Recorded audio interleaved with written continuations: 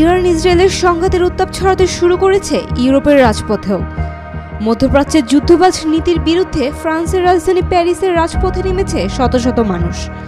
তবে বিক্ষোভ ছিল দ্বিমুখী। এক পক্ষ শান্তির আহ্বান জানিয়ে ইসরায়েলের আগ্রাসনের বিরুদ্ধে অবস্থান নিয়েছে, অন্য পক্ষ ইরানি শাসন ব্যবস্থার বিরুদ্ধে ক্ষোভ প্রকাশ করেছে। কিছু বিক্ষোভকারীরা ফিলিস্তিনি ও ইরানি পতাকা হাতে যুদ্ধ নয় শান্তি চাই, নেতানিয়াহু নয় খোমেনিও নয় স্লোগানে গলা মেলাচ্ছে। অন্যদিকে ভিন্ন মতাবলম্বী ইরানিদের একাংশ বিক্ষোভকারী ইসলামী বিপ্লব পূর্ব ইরানের পতাকা ও খামেনি অবৈধ পোস্টার হাতে পথে নেমেছে।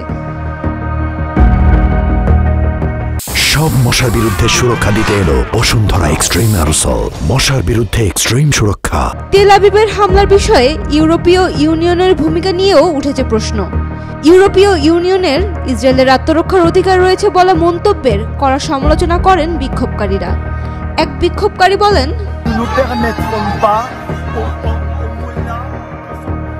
ইসরায়েলের আত্মরক্ষার অধিকার আছে বলছে ইইউ, কিন্তু ইরানে তো তারাই আগে হামলা চালিয়েছে, তারাই ইরানে বোমা পাঠিয়েছে। আরেক বিক্ষোভকারী বলেন, তেহরান এখন ইসরায়েলি বোমাবর্ষণের শিকার, কিন্তু তেহরানের আগে গাজায় ইসরায়েলি আগ্রাসন শুরু হয়, যা এখনও চলছে। তেহরানের আগে সিরিয়ার দামেস্ক, ইরাকের বাগদাদ, ইয়েমেনের সানা, লেবাননের বৈরুত, পুরো মধ্যপ্রাচ্যই আগুনে পড়েছে।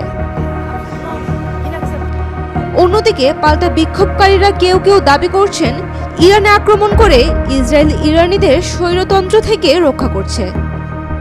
তবে এক ইরানি বলেন,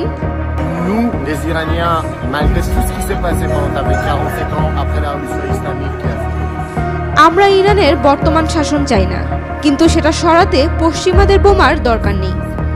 আমাদের মুক্ত করতে পারবে কেবল আমরাই, বাইরের কারো দরকার নেই।